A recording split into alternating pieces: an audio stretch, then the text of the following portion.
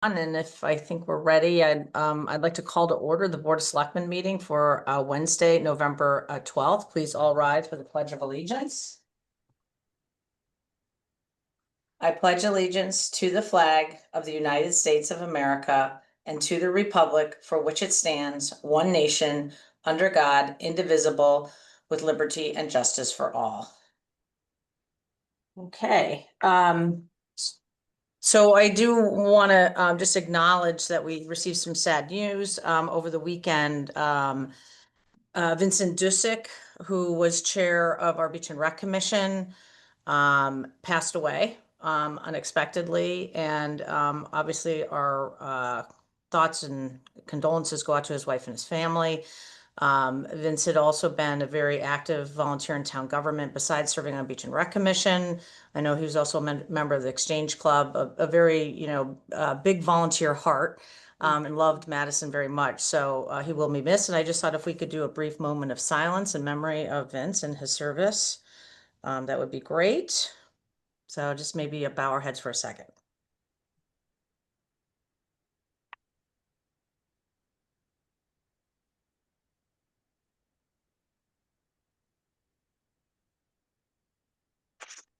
Okay, well, thank you for that. And moving on to my update. I guess the big news, well, obviously we had the election last week and was very excited to see strong turnout, about 42%, which is great news, considering it was the first election where our board wasn't on it. And I know a lot of times the first selectman race and the Board of Selectmen race is a big driver of getting people out to the polls.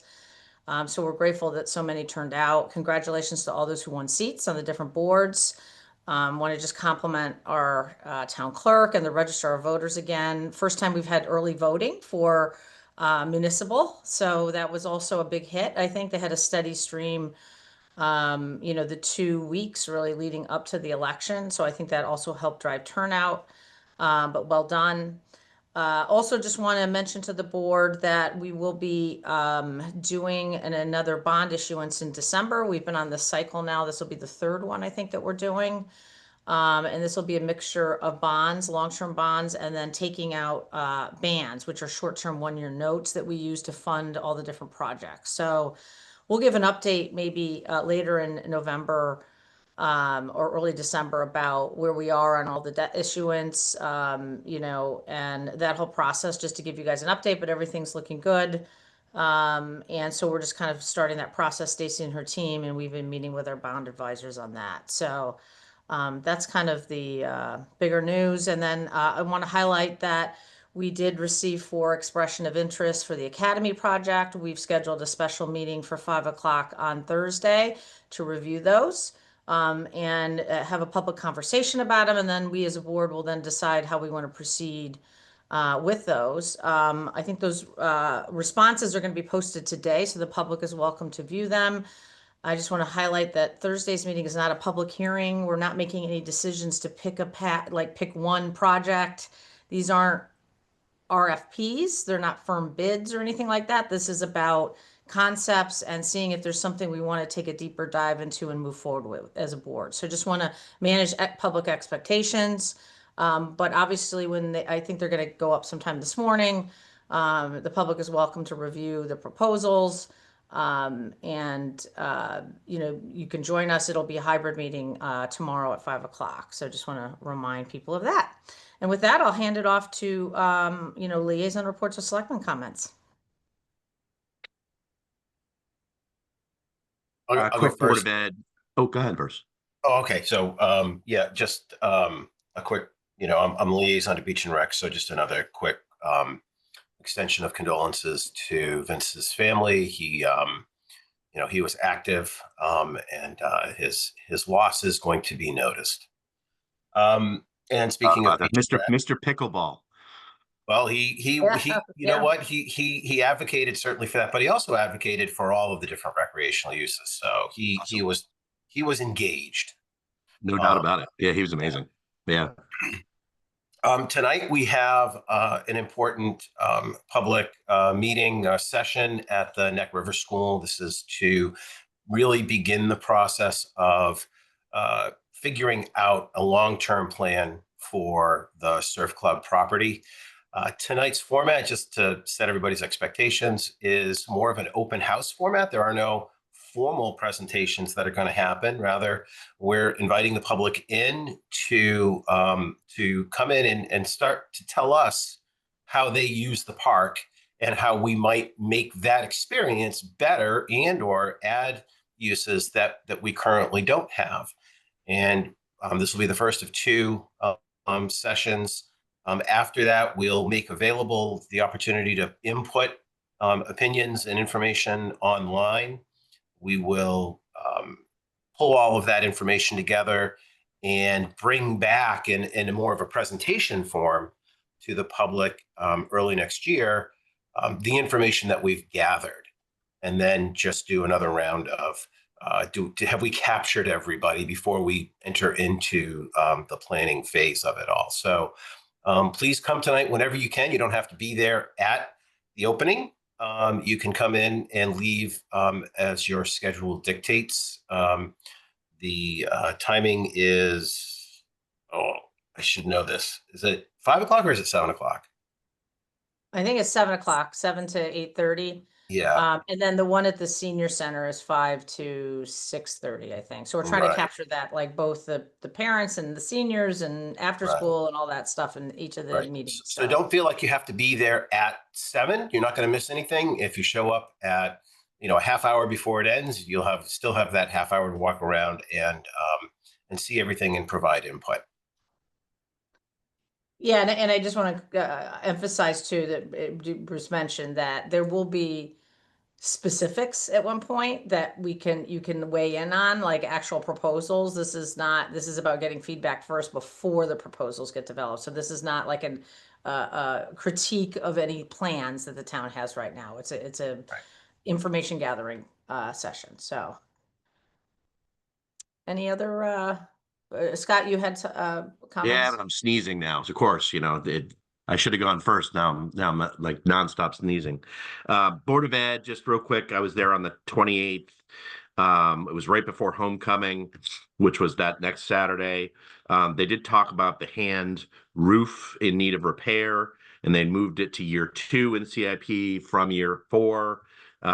They also talked about removing $25K per year in their maintenance budget due to Ben being in his position and the value that we're gaining from having Ben, which is fantastic.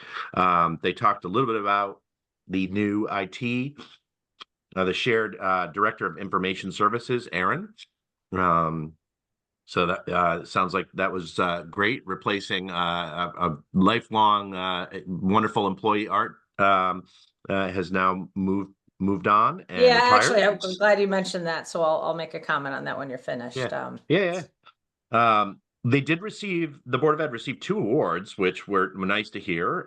One was for their Instagram page, for those of you that are on Instagram, and the other was for their policy website. So two accolades. They talked a little bit about the school calendar, talked a little bit about Neck River being under budget, and last but not least, saying goodbye to the Board of Ed colleague Steve Penn. It was his last meeting, so there was a lot of love in the room. Yeah, I wanted to highlight that Art Sickle, I know our board knew this, and retired. His last day, I think, was last week. And our new technology director, Aaron Fliss, joined us. We'll have him at a meeting probably in December. I want to give him some time to get his arms around a lot. It's a lot to take on, but we're excited to have him. He comes from another town, so he has both town and Board of Ed experience, which is unique, I think, because most towns don't have shared positions for this. So so we were grateful that he was able to join us, and Art, just amazing, person that had worked for the town for a very long time, and well-deserved retirement. So, but thanks for reminding me about that, Scott. Any other updates? No? Okay. All right. Well, why don't we move on then to citizens' comments? Do we have any hands raised for citizens' comments? Please raise your hand online. None raised. Okay, there'll be an opportunity at the end of the meeting. Moving on to the consent agenda. Can I get a motion to approve the consent agenda as presented? So moved. Okay, all in favor, say aye. Aye. Aye. Aye, great. All right, item number 7 is an update from our committee for our Madison 200 America 250 committee. We want to welcome Roz Kama, and she's going to give us an update because we're rapidly approaching 2026. It's kind of like, oh my gosh, I kind of was panicked, and I said, Roz, we need an update. Where are we on everything? So I know that they've been working very hard. We, got the fund set up, and we're going to start launching, I think, a way for people to donate to that. But Roz, if you want to give the board an update on the committee and kind of the calendar, that would be great. Sure. So number one, my hand went up to my mouth because I usually use Teams, and the last time I used Zoom was yesterday. We had an interview with VCU, and I've got to have someone with IT change my background. So my apologies. I am a working person who's volunteering to do this. So I need people behind me is what it really means. So at any rate, hello and good morning. And I just want to say thank you for the appointment. Everyone in town, whomever is listening, should find an opportunity to volunteer. You think you know your town, and then you learn so much more. And so this has just been an incredible opportunity. It's given me permission to call people I don't know, learn about groups that I've heard of but had no idea what they did. And so more to come. For those listening, if you haven't heard from us, doesn't mean we're done yet. It's a huge volunteer effort, and so many good folks out there doing wonderful things. So this is my third presentation to the Board of Selectmen. I am not going to be repetitive here, but for those listening for the first time, I am Roz Kama, Chair of Madison 200, our 200th anniversary in America 250, as we come into celebrating our country's 250th anniversary. The theme that our committee has formed is From Before to Beyond. We will talk a lot about our past, but we also want to illustrate the promise of this wonderful town.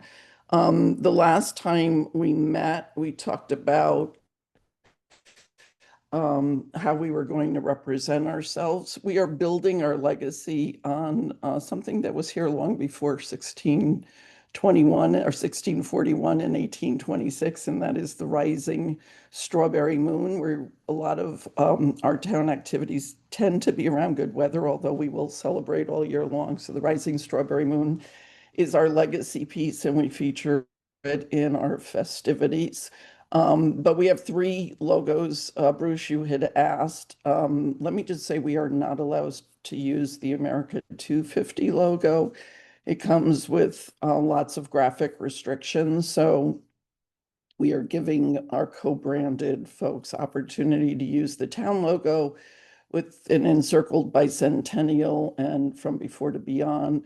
The big parties will happen through June and July, and we're going to play on the rising strawberry moon. And so you see the graphic in the center, and then to the right is the Connecticut 250 logo, which also has restrictions, and we will adhere to those. Do I have control of the screen, Jeannie? All right, I'm going to ask you to advance. There we go. All right. So just as a reminder, we were charged as a committee for the 200th anniversary to invite everyone, all in Madison, to reflect on our legacy and the importance of unity through a series of inclusive celebrations throughout the year 2026. So we've been almost a year now in planning, and although many things happen on the green and down at the shoreline, we are going to participate throughout the whole town. So we'll come to your neighborhoods. Next slide, please. We finally, Jeannie, can you advance? I don't know if there's a delay. That's not me. There we go. So we finally took a photo of our committee. John Jackson wasn't available, but Ryan Duquez and I serve as the public members. I chair, Ryan is our treasurer. We have a number of nonprofits assignments, as you can see there, including the illustrious Henry Griggs as our town historian, and then 3 appointees, Al Goldberg here being one, Board of Finance and Board of Education, all equally represented, and they all show up. It's a great group. I love this group. Next slide, please.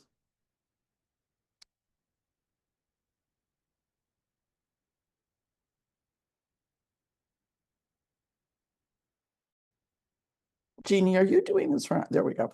All right, and Yeah, then I get ready think if you it are takes on a that long. delay, So, Roz, just so you know, I think you're on a delay because Okay. it's turning quickly, but then you're waiting for Okay. it. So just so you are aware of that.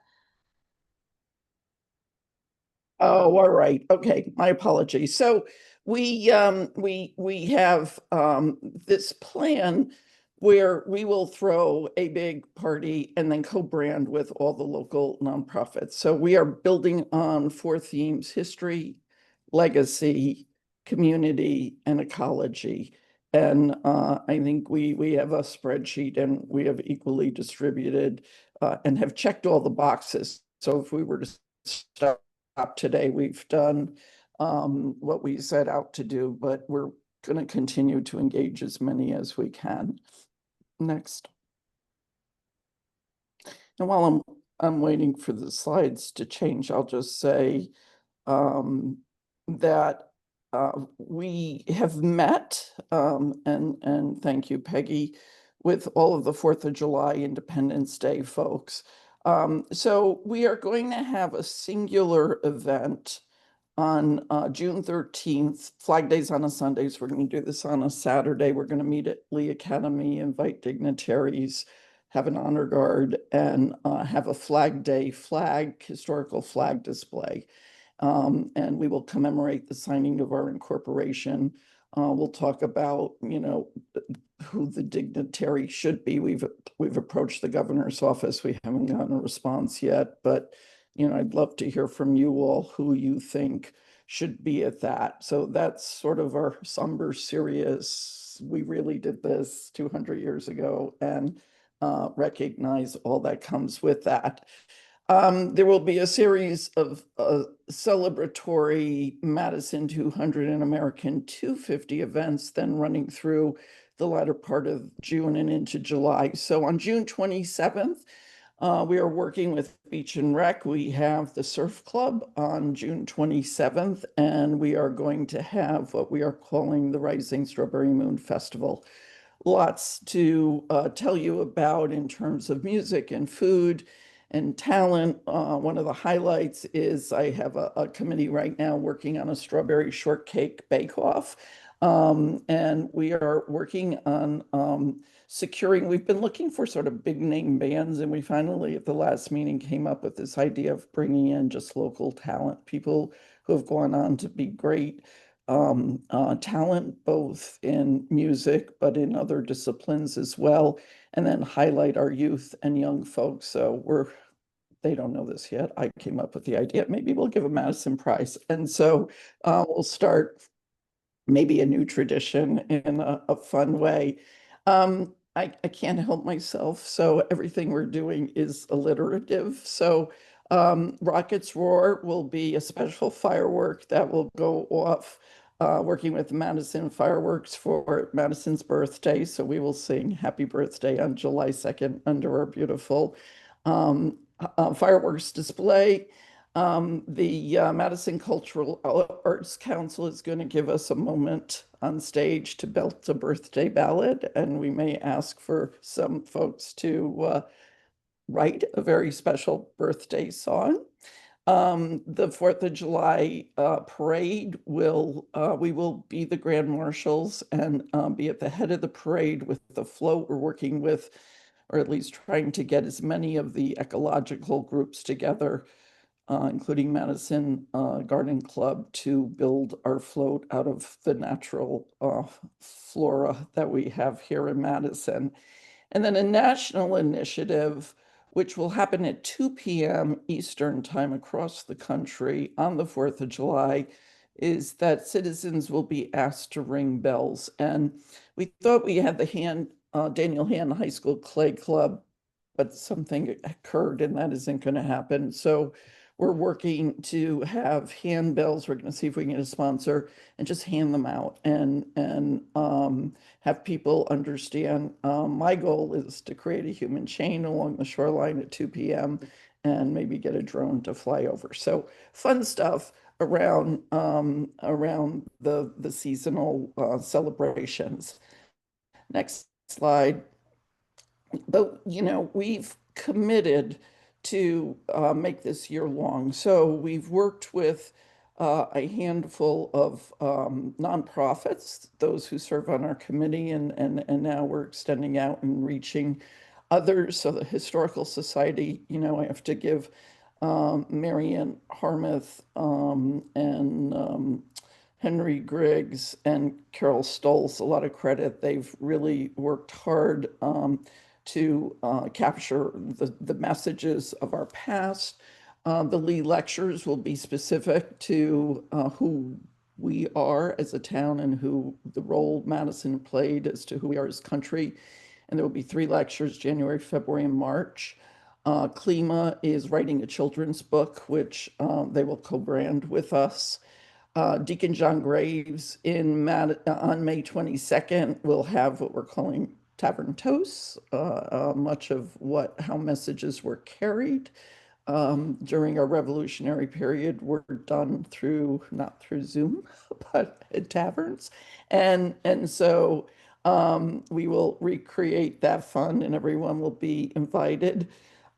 We started with just one nonprofit, but we have 13 districts in Madison, and it is my hope that everyone at every age level and every location can find something to participate in. So we're trying to find out the best stories, the best secrets that need to be shared in each of these districts and giving each nonprofit something to do. So we're calling them district discoveries. My next door neighbor, who happens to live in the Princess House and happens to be from Switzerland, is going to fly over family members who are in a minstrel. And as some of you may know, summer stock started on this property at Oak Ledge. And so they are going to do a summer minstrel. Joe Oslander is going to do tours of Rockland.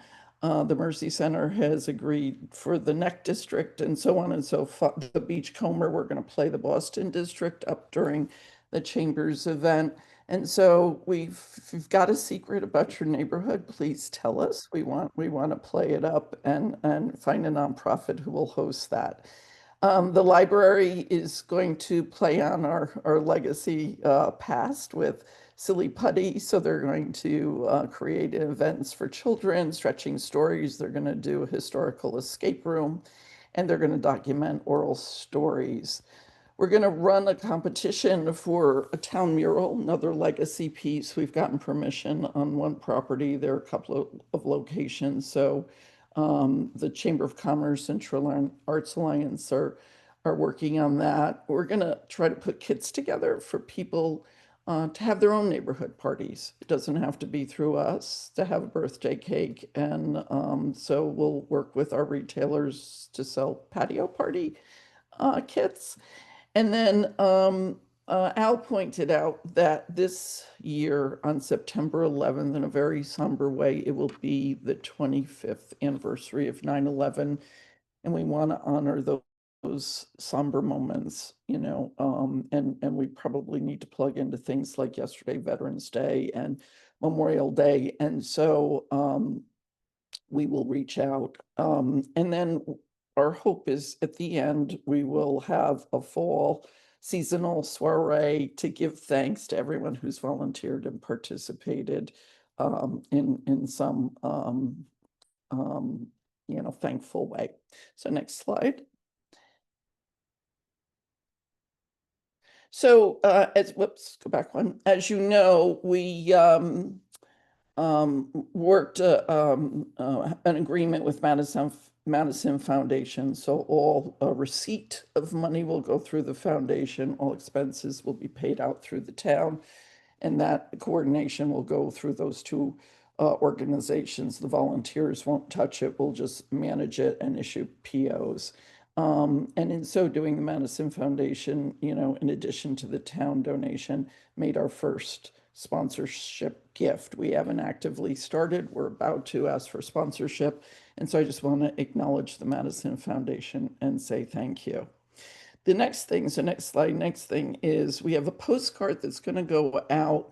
We have two things we have to do. We've established a festival website, madison1826.com. Now I need IT support to populate this. We'll have a listing of all the committed programs, and we'll continue to build that calendar. Peggy's agreed to work with me, so we get on town calendars. And then a QR code, which will allow the donation to go right to the Madison Foundation. But we're also going to ask people to volunteer. So, and what's on that card is everything that I've shown you in the slides above, but, sort of our quick flesh out of what is coming. And then the next, so you'll see that in your mailbox soon, before year end. The next slide is that we've worked a deal with Tyco of Madison, and they're going to handle all of our swag orders, and they're one-offs. We don't have to stock or create. So this is an example of the Rising Strawberry Moon logo on a hat and T-shirts. They'll run their promotions, and then they will give us the money that a nominal markup on these to help fund some of these events. So you can see we're looking at hats and T-shirts and totes, maybe flying kites during Flag Day, beach blankets for when we get our indigenous drummers drumming up the Strawberry Moon. We have lots of fun things, and clearly bells. So, any thoughts, ideas, we're open, but we're organized and have this all funneled in a very good way. The next slide, I'm almost there, don't worry. We've been doing lots. So on our website, we're going to have a place for people to participate. And we wanted to make it simple, and this is just some of, my day job coming through, but 2x2 grids are useful. We want you to be a volunteer and a sponsor, but if you want to choose, we can break it down. So our vertical access, you're either a sponsor. To the right, we are going to ask for, and we're going to start to price out these events, but, go to some of the larger local organizations or philanthropic folk who would like to name an event or sponsor it completely. But everyone, we'd like to say at 20,000, it's only $100 bills. And so we'll play up the 200 denominations. But you can fund incidentals, buy some water for an event, or the printing of the judges' cards for the Strawberry Shortcake Bake-Off. So we'll ask people to give us some money, and that can fund incidentals. And then we ask you to volunteer in either to host a neighborhood party or work one of the larger events, or join us plan and build one of these venues. And so 4 ways to join and participate. At $1, you get your name on a list, and we'd love to have everyone in town participate. So more to come. The infrastructure will be built, and this will go out shortly. And then I think, is this it? So we're we continue, we're a working group, working in budget and work plan, assigning responsibilities, seeking sponsors, and now enlisting volunteers is the next phase of this. But I'm happy to say we have a wonderful program planned, year-long, big bang in the summer when we expect to celebrate. And I think that's it. I think there's one more slide and just says I'm open to questions. So thoughts? Well, first of all, thank you. I mean, what a great presentation. I know this has been a huge undertaking when you think about it, right? It's my day job. And I know it's evolving too, right? Yeah. So, Yeah. but it's wonderful to see this kind of start forming now. People can start maybe putting certain dates in their calendar as a placeholder, get their minds thinking about creative ways they can get involved. So we'll Nice work swag. with, yeah, and we'll work more together with our communications manager going forward now that you've kind of Yes. got some dates nailed Yeah. down and things like that.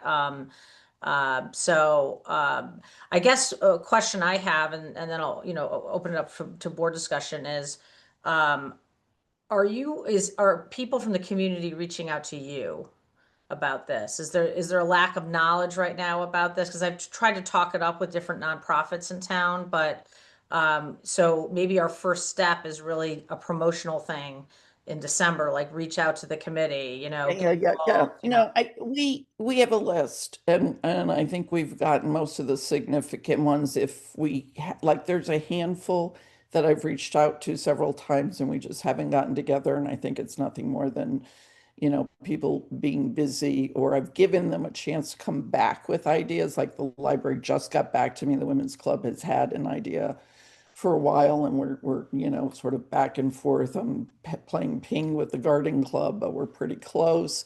I'm going to meet with Madison Pride. I've asked Marianne Connolly to please come forward with what the schools are going to do. I do attend the Connecticut 250 calls once a month. They have yet to come out with a curriculum. They will, and we will, in fact, try to marry. So I'll put Marianne together, but the schools need to participate in some way.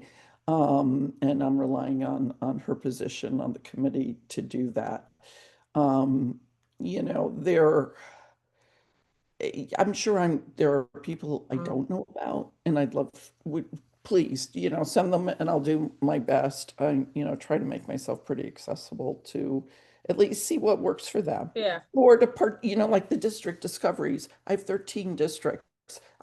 They could take on one, and it could become, a full, fleshed out program then, and no one has to think very hard Can about you it. can you send that to my Brand something office? they have. Yeah. Because that might be something we could put on the website, like what district do you live in, and celebrate it, or because I don't even know, like, what's my district, and is there a way my I have neighborhood, I have a maps. lot of old homes right around where I am, right, but I don't know what district that is, and I can tell so that you. would be I don't helpful. know. Okay, but I just say that would be a good thing we can maybe put on the website too. So we'll get together and I Yeah, think yeah, I start can. populating and getting things moving. Certainly reach out to the governor's office. I can do invitation to his office to see if we can kind of nail him down for that. I think that would be wonderful to have him attend the All right, well, I'll work with yeah. Jeannie, and if anyone else wants to do the same with me, we have an Excel spreadsheet with all of this mapped out, so I didn't bore you with all the details, but it's a lot. So other questions, thoughts? Al's been great. Have you reached out to the local youth sports leagues? Would they be interested in putting the logo on their uniforms for the Yeah. year? Oh, I love that. Hadn't thought of that. That's awesome. Thanks, Bruce. Yeah. I have the little league presidents, Roz, if that would be helpful. I'm sure, but they would I'm sure love to put a patch on their arm. It's an awesome idea. All right, love that. All right, yeah. So if Yeah. just help me know what I don't know, please. We Austin is on the meeting. clear. He knows he's going to know everybody. So Okay. maybe he can forward you that information. Okay, excellent. Thank you. I appreciate that. Yeah, no, the more we get people, we haven't wanted to talk too much about it, because then, it's like we're in the middle of planning and they're like, well, what is it? We don't know yet, but now we know. And so we'd be happy to now start shouting about it. I Al, think did you wanna- to that point, Roz, I think one of the things that I was thinking of as you were talking, I mean, you're the queen of excitement too. You're bringing this, amazing sort of, ambiance and aura and Strawberry Moon to the event here. But I think I always do my neighbor to my left, neighbor to my right test, and my gut tells me that they know nothing about this stuff. So I think Well, if I was my to neighbors suggest do. anything, it might be it might be a communication strategy, something that says, like, maybe there's like a teasers that go out to, on social media, maybe on the town website, but it's as simple as, did you know that this is our anniversary, or something super simple. So we did have one article in the source, and they've reached out to me, so I'm ready to now issue as we send these postcards out. The postcard hopefully will be catchy enough that people won't just toss it, they'll notice It's a it. great idea. Yeah, So stick it on your that, fridge. yeah, Yeah. well, the committee approved the expenditure for the mailing, so every postal address in Madison will get one of those. So that'll be in the next week. Magnet. Put a magnet in there. Well, we don't, it's a Stick on postcard. people's but- fridges. It might, then you remember it. Oh, I should know that from my husband in real estate. They do that. That's a good idea. I like that. Okay, good. With the moon, with the strawberry moon on it or Yeah. something. Red strawberry moon. I So know. just so I understand the logo, if you know, you have one with the town seal and then the circle around it, and then you have the actual official like bicentennial logo, which I love the before to beyond. Yeah. Are both of those kind of official things that can be used, or is Yeah, one like? so there are restrictions around the states. As I said, the Yeah. national one we're not allowed to use, which I find odd, but I won't go there. And we're going to use both the town depending on, and we're going to work with each of the nonprofits for what they, you had asked that, maybe if it's more historical, that it'll be the Madison one. And as we get around the more fun things, it'll be around the strawberry Mhm, moon. And the graphic, as I showed you, I mean, I'm using my staff right now. They're, mhm. just amazing. And so this idea of creating a graphic that makes something look cool, and some people will want to wear it. So we'll work with Tyco on that as well. And they've been terrific. So, Great, and great. I've No, got that's to great. give thanks to many on my committee. I'm not doing this alone. Dawn has a lot of connections through the Chamber of Commerce. Ryan, opened up a lot of opportunities for us, and Henry just keeps going. He's the Energizer Bunny. So we've got lots of good spirit spread beyond the work that not just what we're doing in committee, but what folks are doing outside of committee. Laura with the library and keeping all our minutes and whatnot. So good working committee. Al, do you want to add anything? I think you've got perfect attendance at our meetings, always running to something, but certainly engaged. And any thoughts you want to add to this? Roz, you are such a good presenter. I have nothing to add. The enthusiasm of your committee is quite unusual, and I have to credit you for pulling us all together and keeping us moving. They show up, they come. Yeah. Peggy, I just had one quick thought on logos. Is there any way we could, for the next year, incorporate in some of our Oh, documents this special logo? Yeah, I mean, we could have, that's what I was just kind of thinking along the same lines, because just adding that ring around the town seal, I think is a Oh, that'd nice be way for the awesome. town to kind Yeah, of, yeah. it looks more official, like, so people aren't confused. This is like, for town official actions. So I think that's something we could start like in January 1, Yeah, using yeah. that. Yeah. And our presentations, our documentation, and put it on the town website. So I think that's a great idea. And then I was just thinking, I would love if we could get some social media posts as well as teasers. What, Peggy, would be the best avenue for that? Should this be something that runs through the town's Facebook page? Could Madison 200 have their own Facebook page? What would be the It's a recommendation good there? time. Well, Thank I you. think that Tammy. that's part of the plan. We'll sit down with, I think that we should be running everything through the town site. So that's where we're gonna have a separate website, but the question is it part of the town website or is it Can be a linked. separate entity? Yeah, with the Yeah. link. And then the social media is the same way. We try to keep everything under one umbrella. Mhm. We have different committees over the years that have kind of set up their own Facebook years ago, and we're trying to pull those in. So we have consistency because there's also FOIA requirements, right? That we have to archive pages and things like that. And so that's why it has to be kind of under this umbrella. But that's something we're going to be sitting down with Roz and her team and figuring out, how we kind of pull it all in together. Okay, great. I'll just ask Jeannie to set up a meeting in the next week or so where we could just maybe map those logistics and who will take them on. Perfect. Yep. Yeah. And we do need to talk maybe too about procurement, because I don't know if this is going to require some sort of, I think we're okay because these are going to be one-off purchases, so it's going to be under any procurement thresholds, but I just want to clear all that with, We're trying to make it as simple. So for instance, if you want to buy a t-shirt through Tyco, the money will go through Tyco and then they'll forward whatever back to us.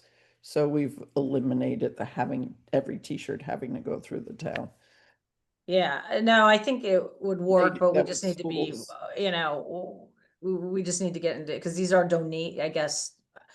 Well, We the just gotta think it, I just donation, gotta think it through, in terms okay. of, because we have all these procurement requirements being, government and so I think we'll be fine, but we'll just need to walk through the finance department also and think this through in terms of how the sales are gonna work, where the funding goes, all those different logistics, so. Yeah, I mean, at the end of the day, we end on zero. We have nothing that we are raising money for right now. If we get enormously successful, we can certainly talk about that, but we are a one-off. We dissolve on December 31st, 2026, and hopefully are whole and can pay all our bills. And so I manage big budgets. I know how to manage a budget. We'll be fine, and not overspend, but people ask me Well, to I think it's more a fee into a donation. vendors, right? If you're a t-shirt vendor, well, I want a chance to do the Madison, t-shirts or the hats or, so that's part of No, we when, don't have licensing, so I don't know how yeah. I mean, a Yeah, town no, that's all the stuff we'll could talk sell whatever, sidebar on but and make the sure that we're official, following those, yeah, processes. So, yeah, we'll um, learn our graphics. so I think that any other questions for Roz? Great. And so I think the plan would be, we'll probably, in the next, leading up to the holidays, get all this ironed We'll come out, back. and then we can come back. January will be a nice launch period for everything officially. Although I want to Absolutely. start rolling it out mid-December, I think, the calendar, like big dates, and logos and all that. And And then we'd maybe we'll like have you come back in sponsors. January and tell us how it's all going and, give us an update then. That would Yeah, be. we'd like to secure some major sponsorship now in the next 2 months before year end and get at least some of these venues locked in because we know we have the money to do them. So some more to come. I'm in touch with most of you, so feel free to reach out. But Jeannie has this PowerPoint. It's all pretty much outlined where we are right now, and we'll continue. So Great. thank you. All right. All right, thank you. Appreciate all the work. So to you and your committee. Yeah, you bet. Thank you. Uh-huh. So with that, then very fun stuff to talk about. And I know Roz had kind of a tight, you got to hit the road now, right? So Thank you. next item on the agenda is the creation of a housing trust fund. So I think Mark Edmondson, the chair of the committee, is here. And I think we can also include Aaron Mannix.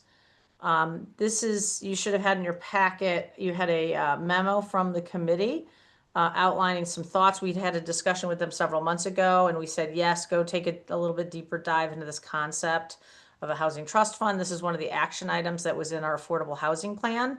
And so they've done some homework and research and came back. And so I'll turn it over to Mark maybe to kind of walk through, where they landed on this. So I want to welcome you and Aaron to the conversation. Thanks, Peggy. Appreciate that. And thanks for an opportunity to discuss this. I've got to say that I'm very much impressed by the work that Roz has been doing in her committee. Is just as an aside, that's pretty amazing, and I think it'd be pretty exciting next year. So, and I'm glad the Historical Society has been able to participate in it. This housing trust fund idea is one of the things that we've been discussing on the committee for pretty much about 2 years, and looking into seeing what is being done elsewhere in the state. The issue of affordability is, of course, coming to the fore across the country, and especially with the work that's being done. I believe the special session of the legislature going to discuss the new housing proposal is today and tomorrow, I think. So this is very timely that we're talking about this. Madison, as we discussed when we last met, has an affordability problem. We don't have a diversity of housing types, and as a result of that, we have people who are stuck in houses that they really don't, bigger than they actually need, and but really have no option to move elsewhere. And in fact, that is something that my wife and I are thinking about. I mean, we have a house it's really quite large, and there's two of us here, and we're saying, well, where can we sort of downsize and still stay within Madison? And the answer is really not very many places. I mean, when you get past Legend Hill, perhaps, and that's it. So, I mean, I think this is something that will resonate with the town once we are able, with the residents of the town, once we're able to be more public about it.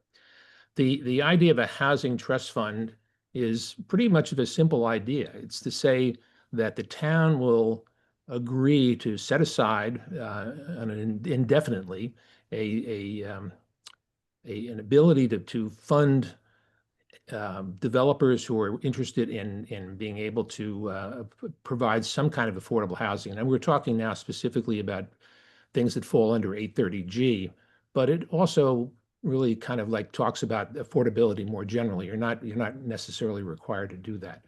And it's not going to be, we're not really looking at it from the standpoint of getting hundreds of thousands of dollars or millions of dollars into this thing. It probably is going to be fairly small unless the town decides to make a larger contribution out of the regular budget.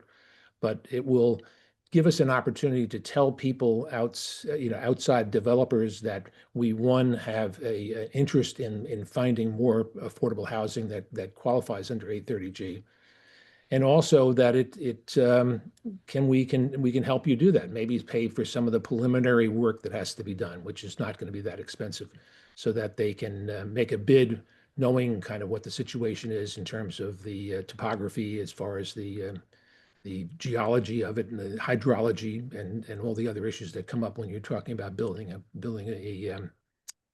development of some sort. It's not a solution to anything. It doesn't necessarily mean that we're going to be able to have huge increases in the number of affordable housing units in town. It's not going to happen that way. It's more likely to be working with developers who are looking at market rate and being able to discuss with them, including some affordable housing within market rate. And I think that is probably the most important part of it. It is highly unlikely that this fund in any way, shape, or form is going to transform Madison in a way that looks more like some other towns or larger towns around. So, I mean, I think it's not from our point of view, it's really not a big deal, but it's a wonderful symbol for, and it is sort of symbolic that it tells people that we are serious about what we said in 2022, which was that we were going to try to increase the amount of affordable housing in Madison. And it's laid out as part of one of the options that is in that original plan that was approved by the board back at that time. So, not sure if you want Peggy me to go through in more detail in terms of what it is. I think everybody's received a copy of the proposal. It's a very brief proposal.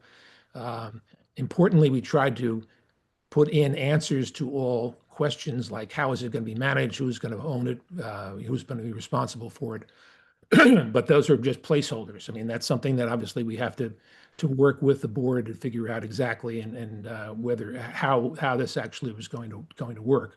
But I think that in terms of the funding, in terms of how it's managed, in terms of where we are going, what we're going to spend the money on, it's pretty simple and straightforward. So I will be ready to open a discussion on this. Yep.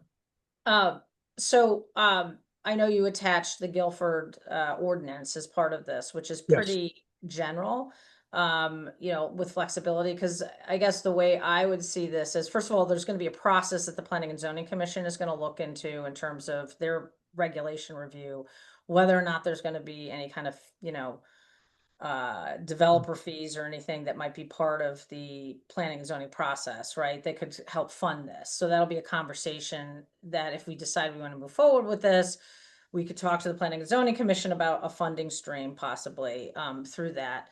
But I see this as symbolic in the sense that we are prioritizing this issue for the town. And then I see it as a mechanism for us to explore town properties possibly, right? That costs money, where you need to hire Right. consultants and you need to, and we are kind of doing that right now through the planning reserve process. I feel though this would actually kind of segregate some funds, allow it to sit in trust fund and earn interest, right?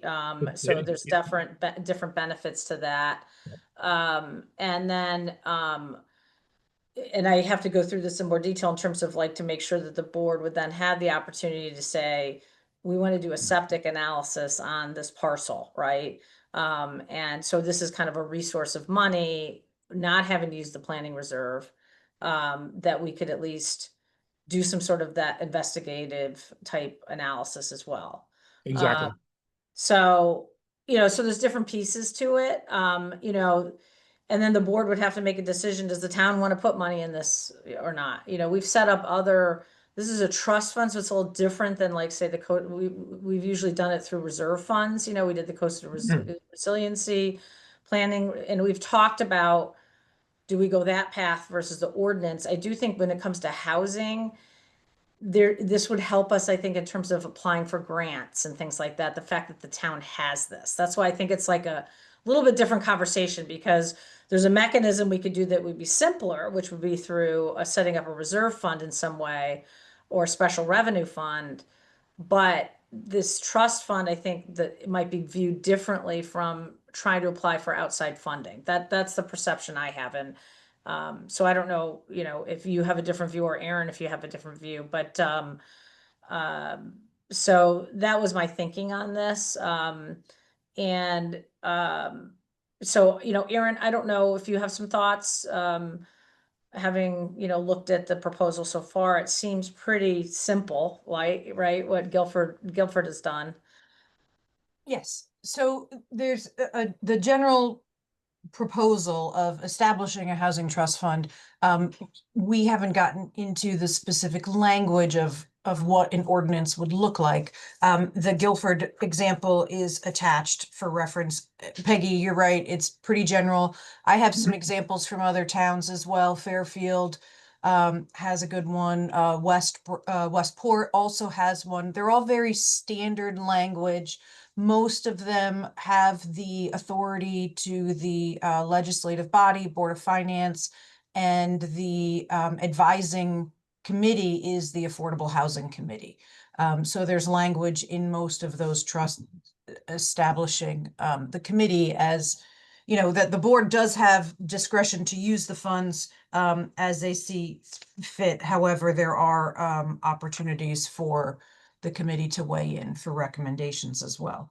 And yeah, the money can be used for quite a number of expenses associated with either land acquisition, looking at paying down rents for some properties that may be close to affordable at this point, an existing housing stock that we have, multifamily. It could be feasibility studies again. It could be any other ways of partnering with either a public or, a private developer or a nonprofit as well. So there's quite a bit of flexibility.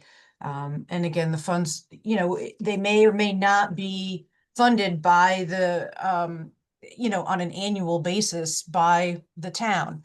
And I think that is similar to some of our other funds as well, you know, whether our open space, things like that. But there is that opportunity to have donations or grants deposited into the account. Also, if we look into, like you said, Peggy, inclusionary zoning regulation, where that's sort of a fee in lieu of creating affordable housing, or what was the, you know, an assessment on permit fees as well. And some, you know, some of these tools work really well in other communities. For example, Fairfield takes quite an extensive amount of building, you know, fees associated with building permits because of the universities in town, and the extensive development that they have. So that actually works really well for them. Mark, like you said, we don't have that level of development, so I don't see that as a huge revenue builder. But again, it does kind of set the tone for the town's desire to move forward, creating housing that can accommodate the folks who are connected with Madison, either living here or working here. So if the board were in agreement to kind of explore this moving forward, then I think we'll work a little more specifically in drafting ordinance language for review. This is just the first step. Yes, it Jen, is only the first, it is only the first step. I mean, that is Yeah. exactly right. I think the next step would be to work together and to answer some of those questions where there's just a placeholder in terms of governance and finance, et cetera. Any questions from board members? I mean, I think it's worth taking it to the next step. I have some thoughts about how we could structure this, you know. I think it could be a really positive force for us to encourage more affordable housing in town, you know, and it's a right step forward, and it opened up some channels for possible funding sources as well by having the trust fund established. And the good thing is the timing is perfect, as you said, because we'll find out ultimately what the legislature is going to be requiring, you know, when they finalize this housing bill that is going to get voted on, and we'll understand. I know one of the things is a fair rent commission. We might be required because of our size to establish a fair rent commission, you know, and does that tie into any way, funding or assistance or whatever with this, you know? I want to just understand all that, how those pieces would come together. So we have some homework to do once that's special legislative session is completed. So Jen, I know you're the liaison. Anything to add?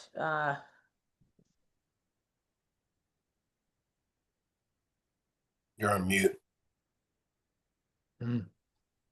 There we go. I was looking at the at the document. Spacebar doesn't work to take you off mute if you're on a different screen.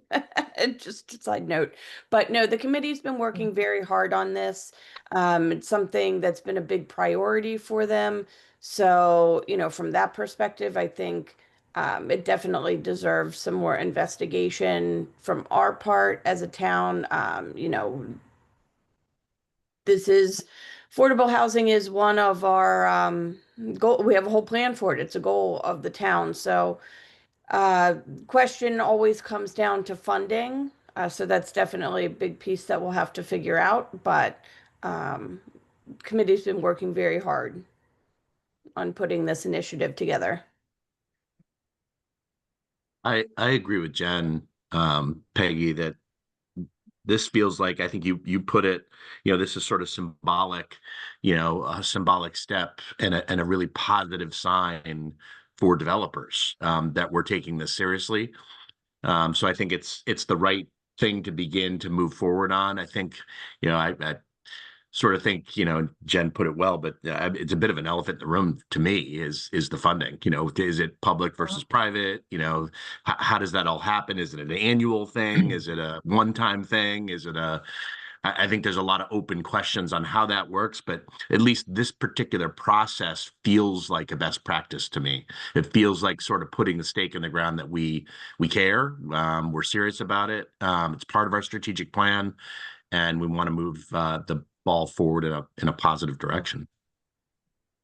I'd like to see this board take a leadership position on a matter like this.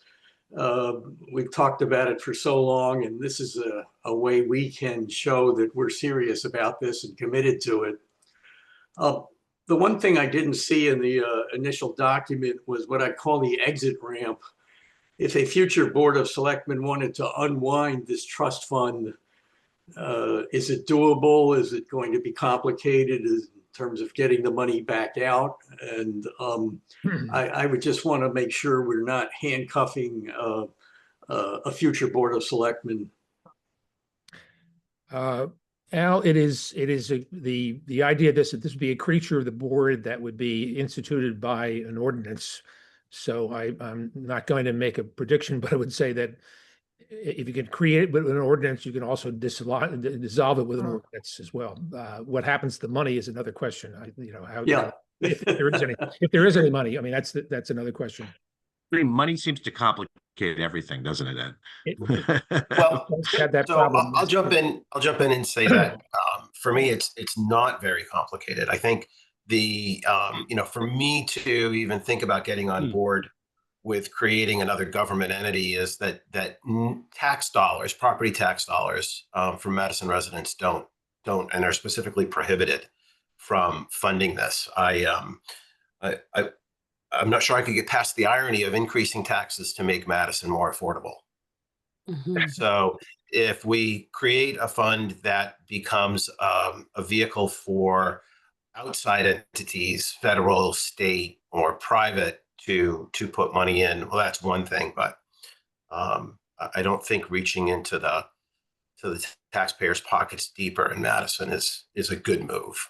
And I think, it's a bit of a tangent. I'm wary of expanding the size of town government because invariably it increases the cost. I also, and again, a tangent. So I recognize that. Having an understanding of how much development, we talk about wanting to increase the amount of affordable inventory, regardless of what, how we name it, right? I mean, sometimes it's working class, it's ultimately deed restricted property. How much of it we want to do, and when we talk about town property, my understanding is these deed restrictions expire after a certain amount of time.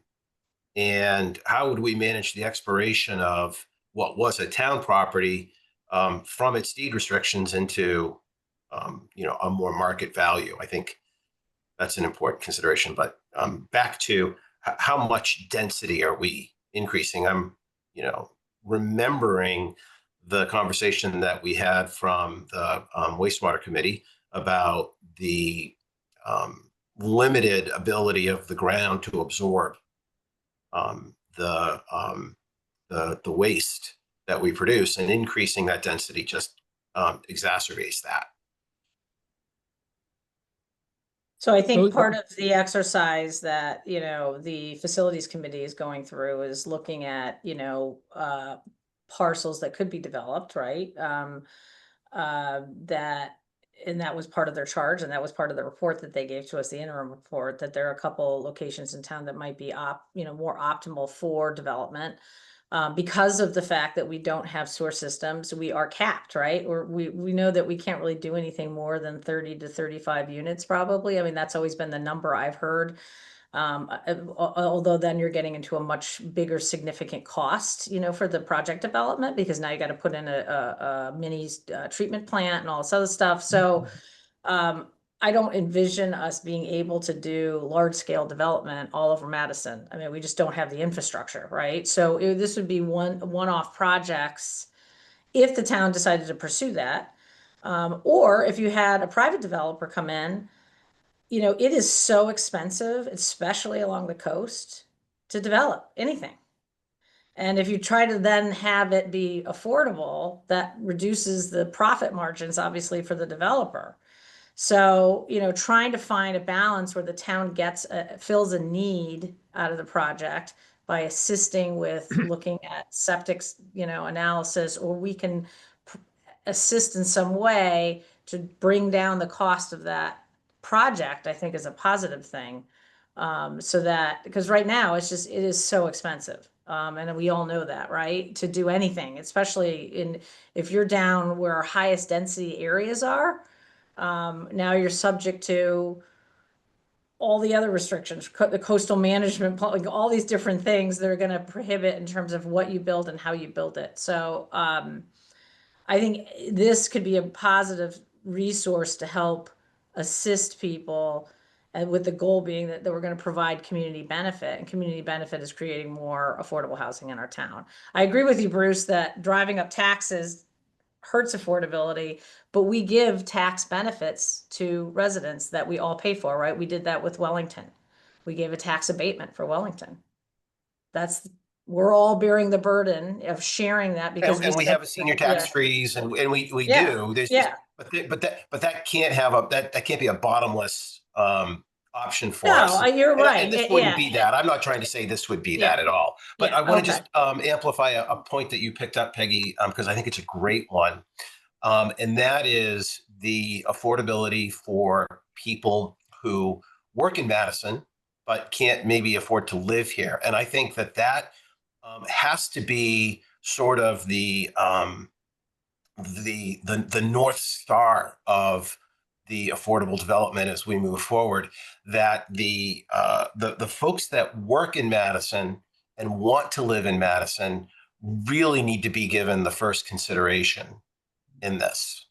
And whatever we have to do to make that happen, I think we should. Well, and I think that our board needs to set out what those North Stars are, because it would help the Affordable Housing Committee understand that, right? Because I think right now everybody's, and we've had projects where we didn't have that North Star, right? Wellington being an example, right? So we kind of learned from that project. And so now I think as we look at even our own town property, I think our board should set out some objectives for what we want to see. And I think specifically, even to your point, Bruce, what's that number? Is there a magic number? No. I mean, we've all not liked the fair share housing stuff that came out of Hartford, right? We're not looking, but I think we have to be realistic about what is achievable for us, and not be focused on metrics that the state is imposing, but what we think is realistic and pragmatic, right? And so I think it would be a good discussion with the assistance of the Affordable Housing Committee to help us do that, like, so that at least we can tell the public, because I think there's a lot of fear out there, right? Every time affordable housing comes up, they're going to turn us into Branford, and they're going to make 1 million condos, and then we're going to have all these low-income housing developments in town. I think it would help us, progress us on this issue if maybe we laid out some sort of like goals and objectives of the board, realistic goals of what we think is attainable. And when we get that, I think that would be very helpful when we get that report back from the facilities committee that looks at the town could take the lead, right? Here's our goals, and here's some areas in town that we could actually do this with town-owned property.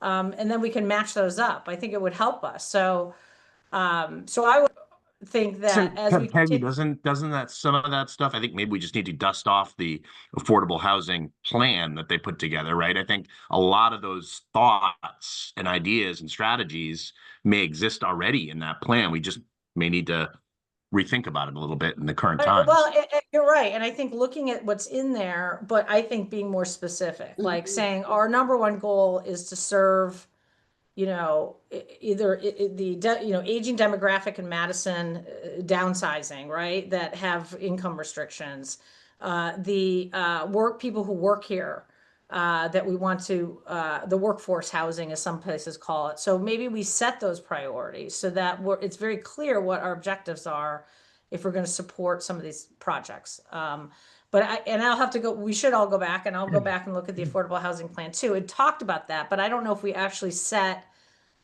now we can be more specific, because we've started to pull all this information. We have the housing trust fund developing.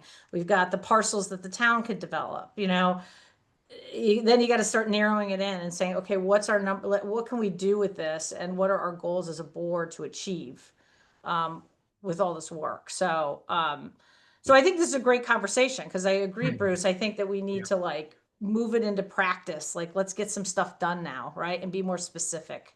Yeah.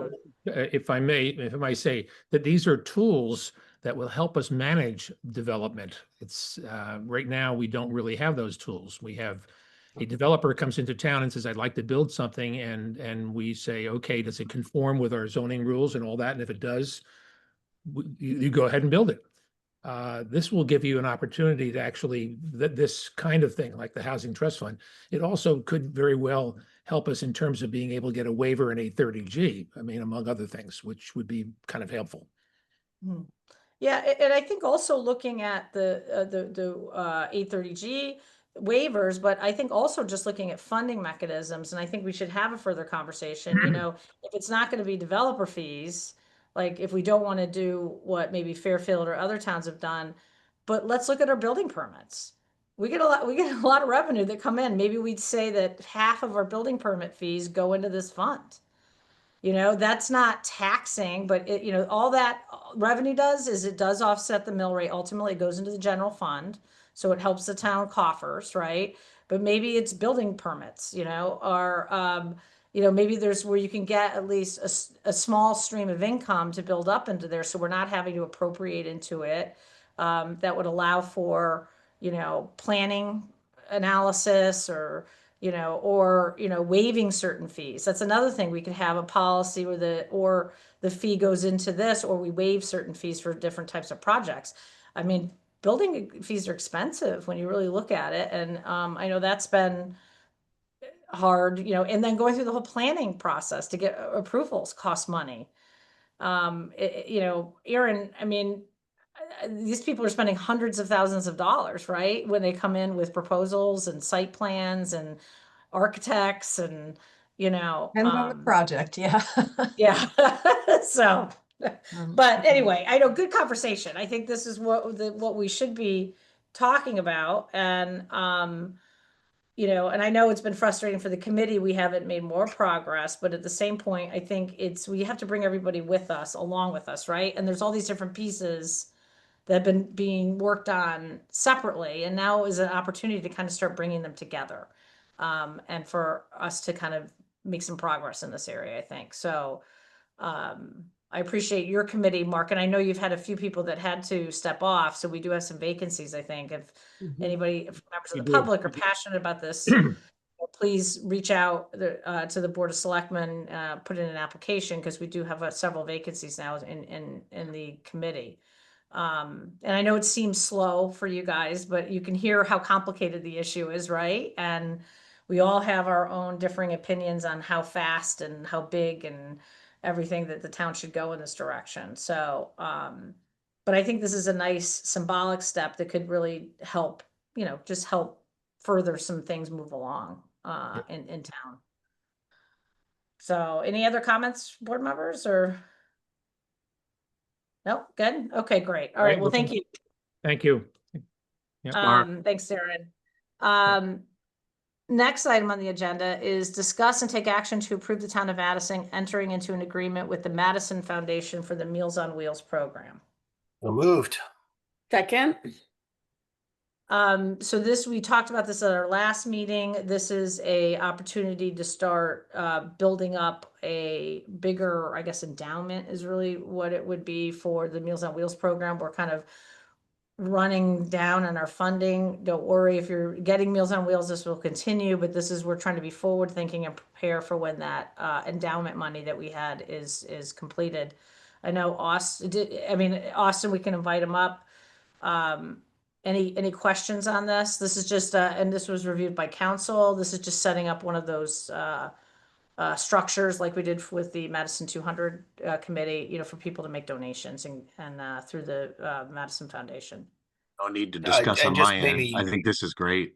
This is a great step and the right step. This is great.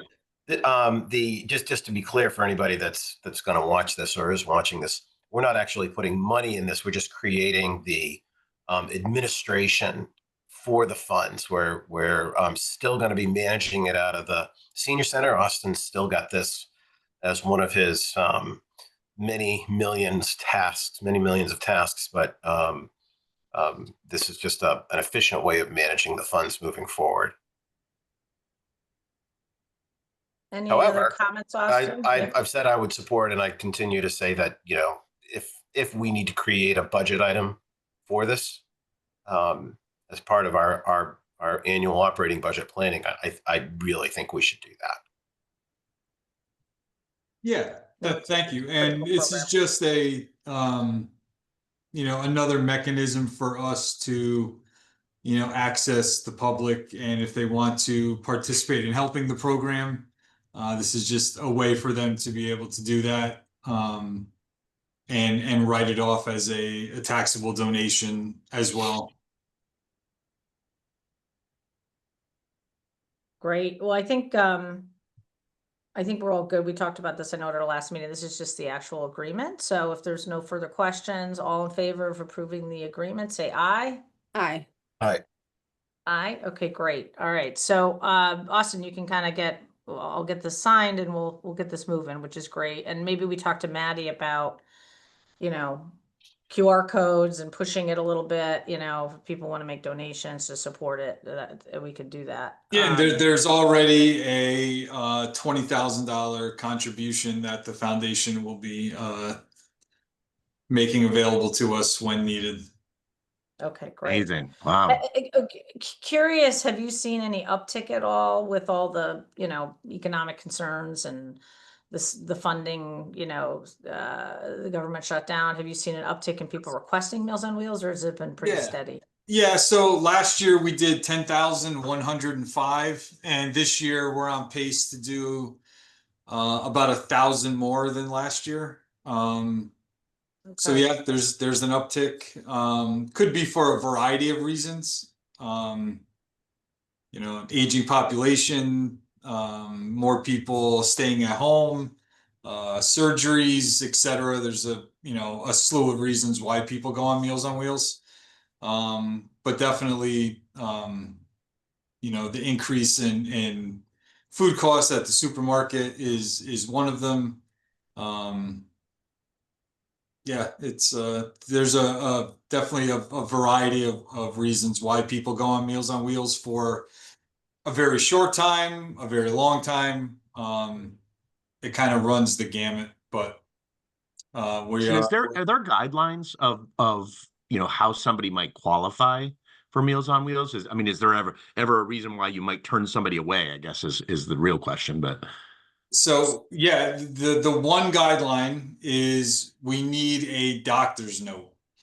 So is it a extreme venture for you to leave the house? Are you having a surgery that limits your ability to stand at a stove?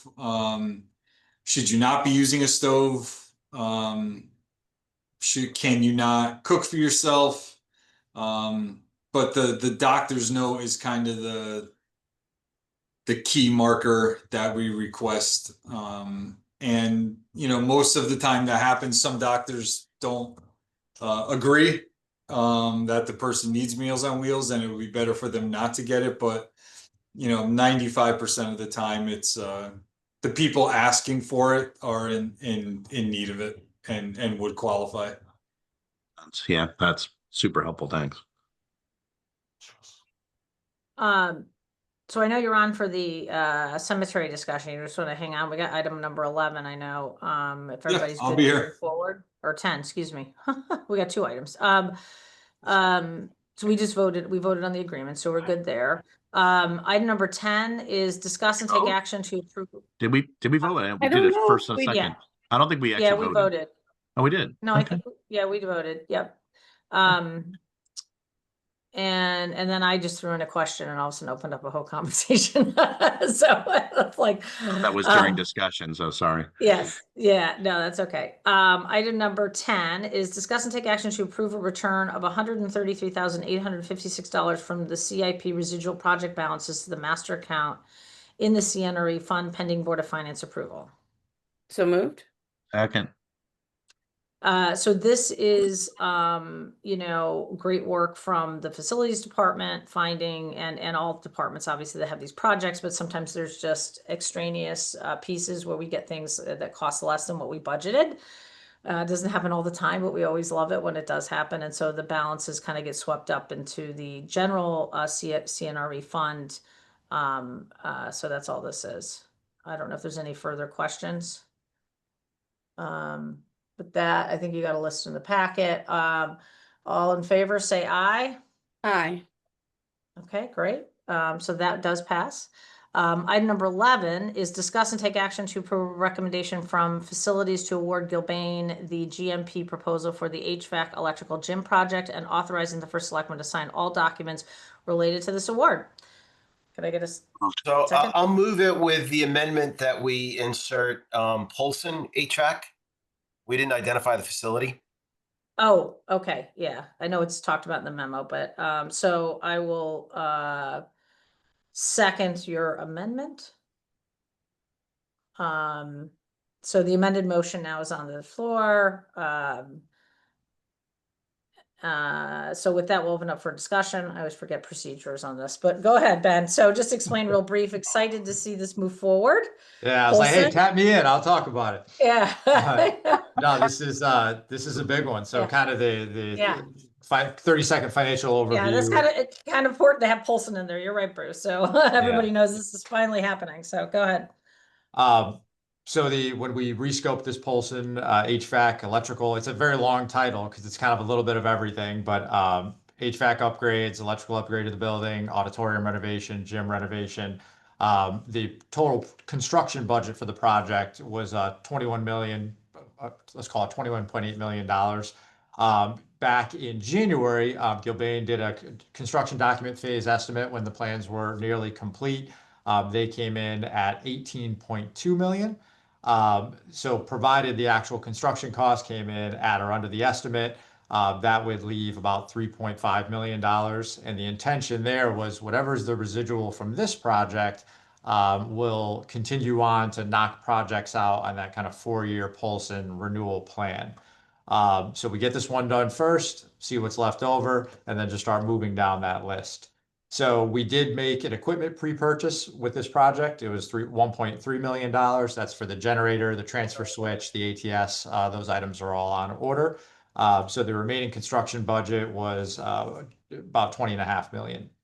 So from that point, we finished all the project construction documents over the summer. Gilbane went out to bid as the construction manager on this project.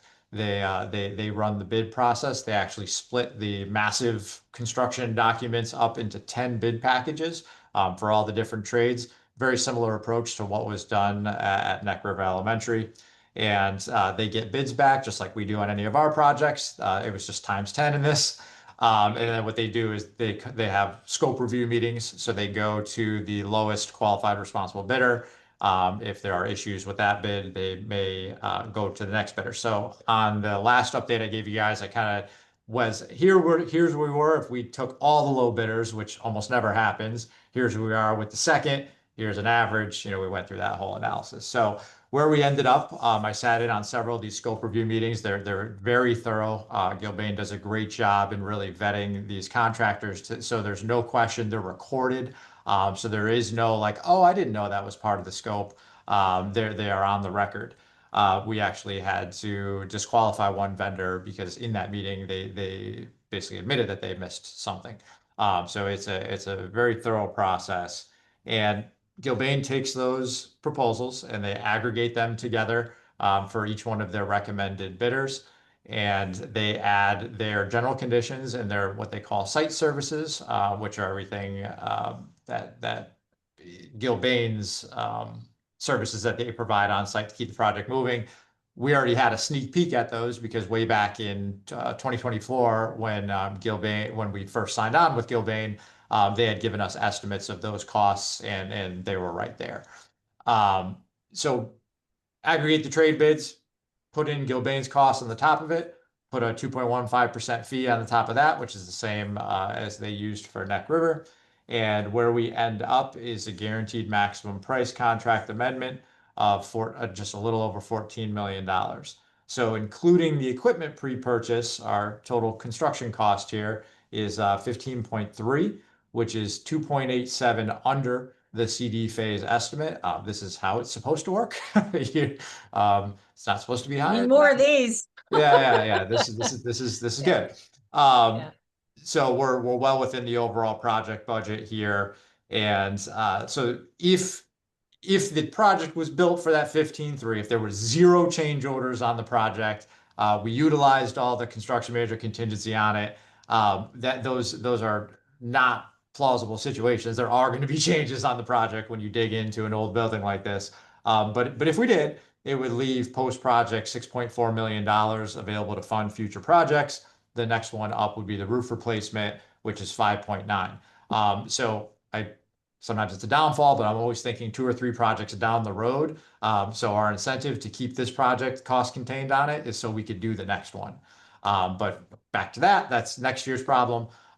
This project would start in late January, early February of 2026. Actual construction would start. We've worked the logistics plan through the school to get traffic patterns near the CAF and everything. We're really limiting disruption on this project. We talked about that before. That was a guiding factor in this whole process because we're working on an occupied building. Summer hits, is off to the races. It's going to be a crazy summer. Doing all the HVAC work, getting our generator in, getting the electrical cut over to put the building back to a usable state for the start of school. The auditorium is going to be offline through the end of 2026, and the main gymnasium is going to be offline through the end of November 2026. Thanks to Gil Bain, we actually moved up the deadline on the gym a month to accommodate some athletic events. And they were able to weave that into their schedule. So building committee reviewed this in detail back last week on 11/4. They support this plan and recommend the GMP, which is in front of you now. So happy to take any questions. Just well done. I know we were really concerned 2 years ago, right, or a year ago about this project, and I want to give Ben the credit he deserves to really digging in and coming up with, especially on the HVAC side, that's where I think we identified a better way to do this. It was going to be more cost efficient and when, you know, and so to be in a position where we're getting everything we need, and then we might even be able to do some other stuff that we know was weighing down the capital plan with that budget, I think is fantastic. So, and finally, the auditorium. I know that's going to be, I know that's the most visible thing. I think people, obviously the kids are going to notice better air conditioning and better air quality in their school, but you know, I think the auditorium is a big visible symbol, you know, and so we're just excited that that's going to be happening next year finally. So thank you.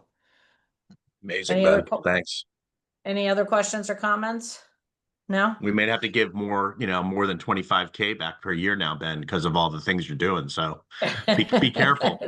I know you're setting a very high bar. So with that, then all in favor, say aye. Aye. Aye.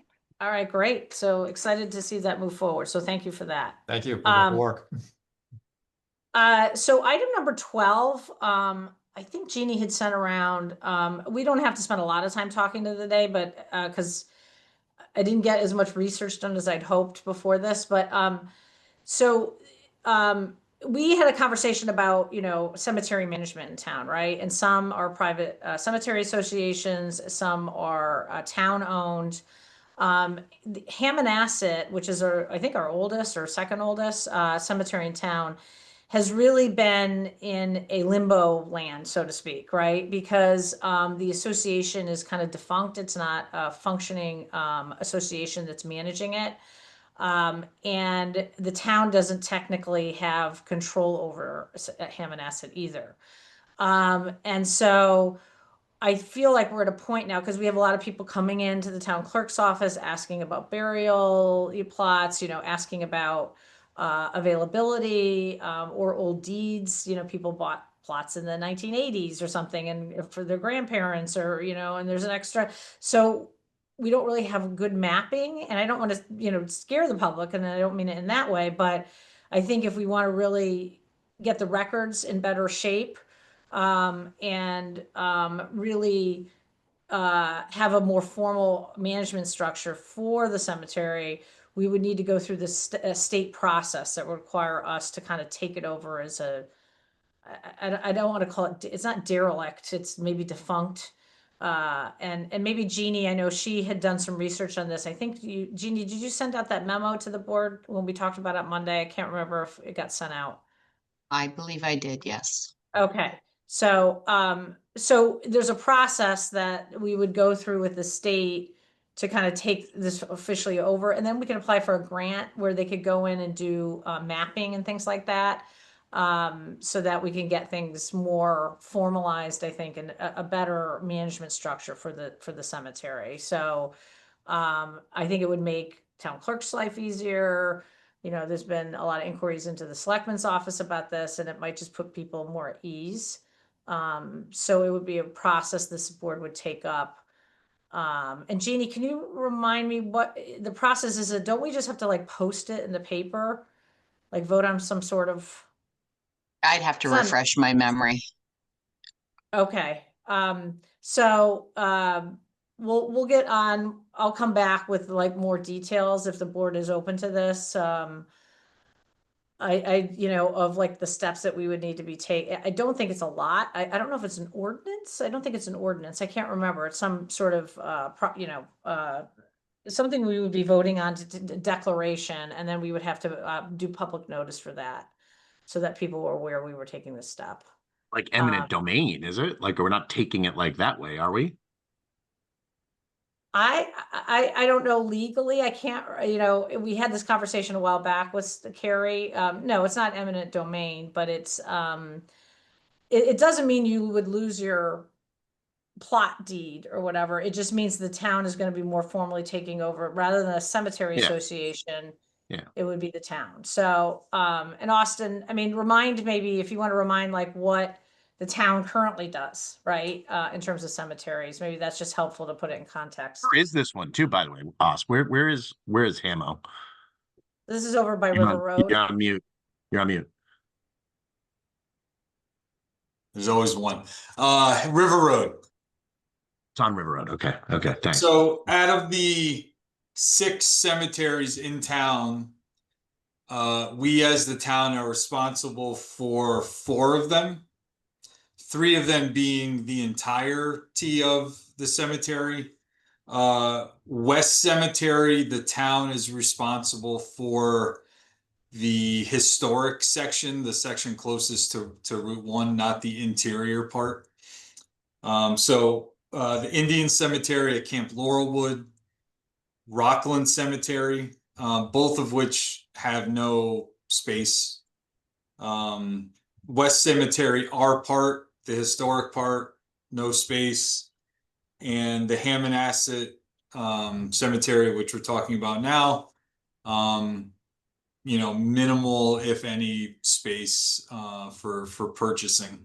And then the other 2 remaining, which are privately run, are the Summer Hill Cemetery and West Side Cemetery. Summer Hill is on Route 80 and West Side is on Race Hill Road. So we're already maintaining Hammonasset now, right? But we aren't technically the stewards of it, I guess. Correct. We hire a sexton to maintain the facilities at the cemetery. So mowing, maintenance, etc. We are responsible for any repairs. So fencing, gates, etc. that we would pay for, and I have a line item in my budget for all of that. But mostly what we pay for is the mowing. Any burials are the responsibility of the family, and that goes to the sexton for the work required to do the burial.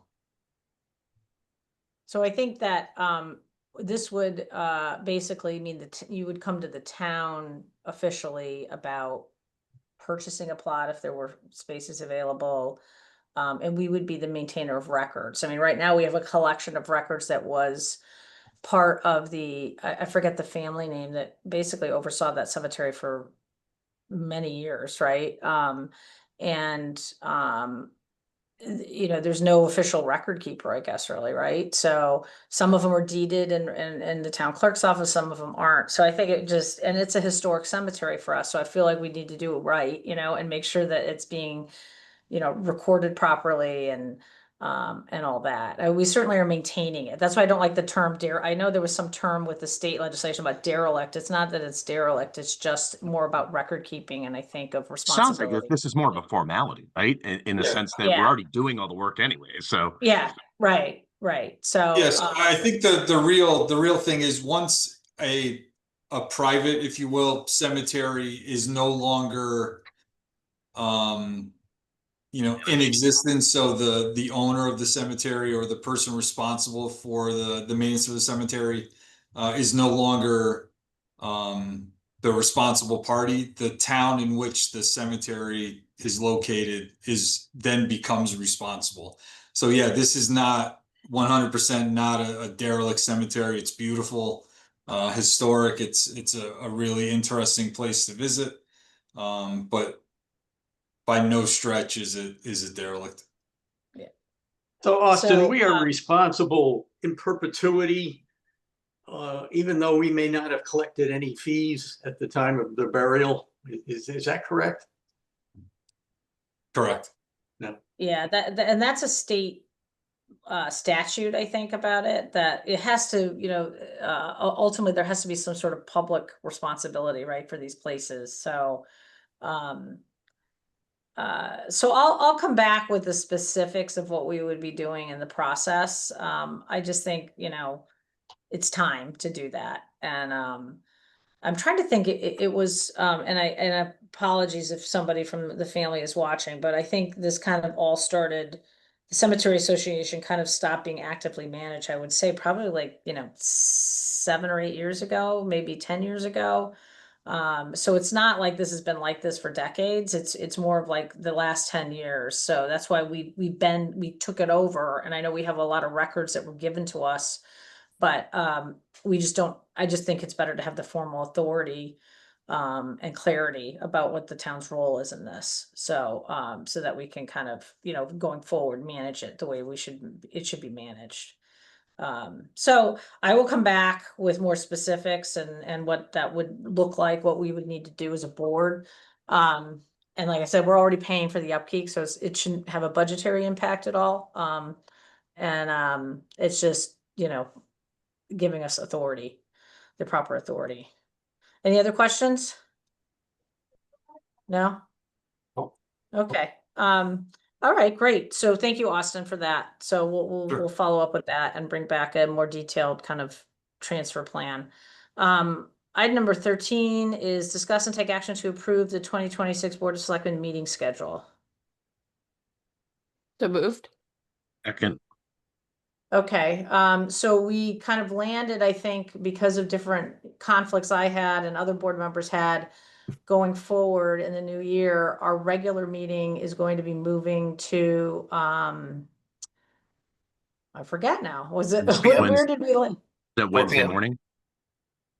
No, 4 p.m.'s on 4 p.m. on Tuesdays. Tuesdays. That'll be our Zoom only meeting. 4 p.m. on Tuesday. What am I looking? I'm looking at the budget workshop schedule. Sorry. I No don't more have the 8 a.m. list of- meetings is what we're not doing. Yeah. So where's the actual, it's okay, they were just in a different order. That's what I was looking for. Yeah, so we're doing the 4 o'clock on Tuesday. So that will, and just for the public's benefit, we find it's helpful to do some more administrative stuff. We try to do that on these Zoom only meetings and then have like big public topics at the Monday night meetings. It doesn't always work out that way, but we do try to kind of follow that a little bit. And so we'll stick to this and starting in the new year, it'll be Tuesdays at 4 o'clock. Mhm. So is everybody good with that? Yes. All right, all in favor, say aye. Aye. Aye.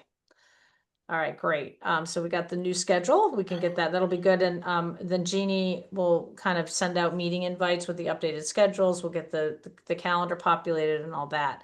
The next one is the budget workshop schedule, which I know is always challenging because the Board of Finance, we have new members. But at least we could, I don't know if we want to wait until they've seen this. Or do we want to approve it and then we could always, It's adjusted, Uh, right? Yeah, I'm almost like, why don't we let them see this? Because if we're good with this, why don't we just send it to the Board of Finance, not vote on it, and let them look at it? Because they might need to modify something in here. And then we can just vote on, once we get feedback from them. True, because you have new members and stuff too, so. Yeah, so we could, so Stacy, you could just say that the board has endorsed this, but we just won't vote on it until they've looked at it.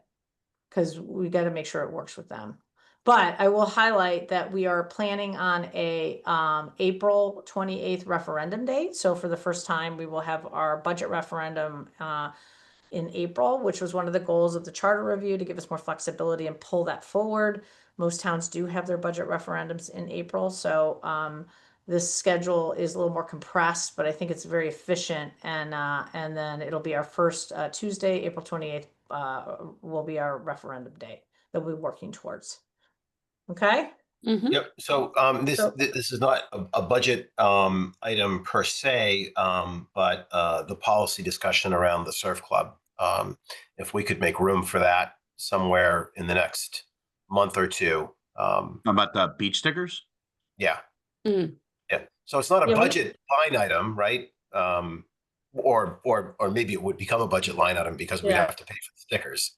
But other than that, it's really a bigger policy decision. Yeah, I think we should maybe start that conversation in December, and then we do set the fees. Our board does vote on the fees, so that is important, and we'd want to have all that ironed out before the summer season, right? We start selling beach stickers like April 1st, I think. So I know that Is the Beach and Rec commission are they gonna start looking at it before us? Yeah, It'd I be thought nice if they came to us with some ideas too. Yeah. So we talked about it in the last Beach and Rec non-meeting because we didn't have a quorum. So they're aware of it, and there was some discussion about it, and they're going to come back. But I think generally there wasn't objection to it. I think there were questions, rightly so. You but strong-armed him, didn't you? Austin, if he's on, he can come back on and he can attest that I encourage them to openly disagree with me. All right, very good. If that's how they felt. I think the only real deadline on the conversation is the date that the stickers have to be ordered by. Yeah.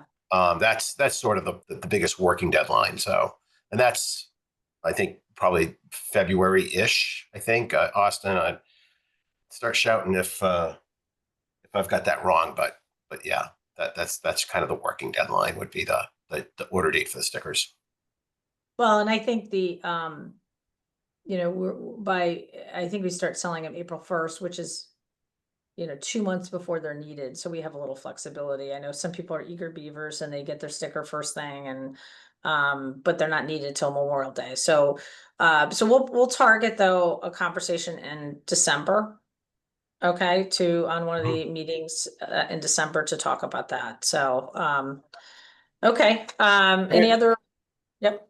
I guess citizens' comments then.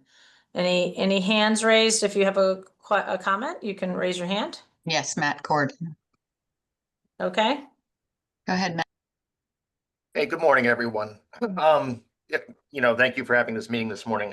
Just going back to the affordable housing, one thing that is an issue for me is we talk about the people that work in Madison and making housing available to them, but we don't really know what that demand is. It's really a nebulous statement because we don't know how many people, even as a snapshot right here and now, that work here want to actually move to Madison.